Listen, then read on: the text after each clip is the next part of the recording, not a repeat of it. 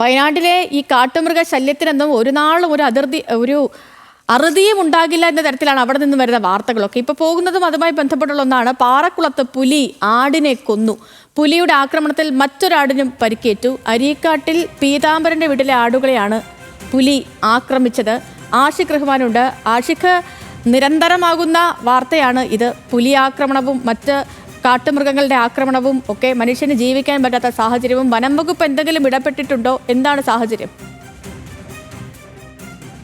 നിലവിൽ വനവകുപ്പ് അവിടെ ഒരു പരിശോധന നടത്തുന്നുണ്ട്. ഈ നമ്പ്യാർകുന്ന് എന്ന് പറയുന്നത് നേരത്തെ നമ്മൾ പുലിയുടെ സാന്നിധ്യം റിപ്പോർട്ട് ചെയ്ത ചീരാലിന് സമീപമാണ്. ചീരാലിന് സമീപമുള്ള അടുത്ത വാർഡാണ് നമ്പ്യാർകുന്ന്. അവിടെയാണ് ഇന്നലെ പുലി എത്തി 2 ആടുകൾ ആക്രമിച്ചിട്ടുള്ളത്. ഇതിൽ ഒരാട് ചത്തിയിട്ടുണ്ട്, മറ്റേ ആടിന് പരിക്കേൽക്കുകയും ചെയ്തിട്ടുണ്ട്. 5ഓളം ആടുകൾ ഈ പീതാംബരന്റെ വീട്ടിലുണ്ട്. ഇതിൽ ഒരാടിനെയാണ് ഇപ്പോൾ പുലി ആക്രമിച്ച് കൊന്നിട്ടുള്ളത്. അതിന്റെ മൃതദേഹം അവിടെ തന്നെ ഉണ്ട്. അത് കൊണ്ടുപോകാൻ കഴിഞ്ഞിട്ടില്ല. അവർ രാവിലെ എണീറ്റതിനാൽ തന്നെ അതിന്റെ മൃതദേഹം കൊണ്ടുപോയിട്ടില്ലെങ്കിൽ പോലും ഈ ഒരു ആട് ചത്തു എന്നുള്ളതാണ് പ്രധാനപ്പെട്ട കാര്യം. എന്തായാലും വനംവകുപ്പ് ഇപ്പോൾ അവിടേക്ക് എത്തിയ ഒരു പരിശോധന നടത്തുന്നുണ്ട്.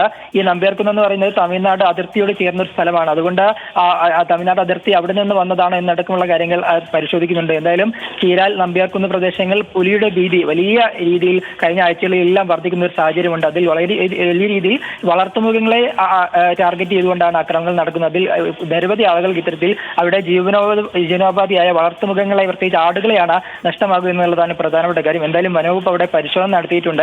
കഴിഞ്ഞ ദിവസം ഇത്തരത്തിൽ വളർത്തുനായി ആക്രമിച്ച വീട്ടിൽ ക്യാമറ സ്ഥാപിച്ചിരുന്നു. അതുകൊണ്ട് ആദ്യഘട്ടത്തിൽ ക്യാമറ സ്ഥാപിച്ച് വീണ്ടും അവിടേക്ക് പുലി എത്തുകയാണെങ്കിൽ അവിടെ കൂടടക്കം സ്ഥാപിച്ച പുലി പിടികൂടാൻ ശ്രമിക്കുമെന്നാണ് ഇപ്പോൾ വനവകുപ്പ് മനസ്സിലാക്കുന്നത്. സേതു.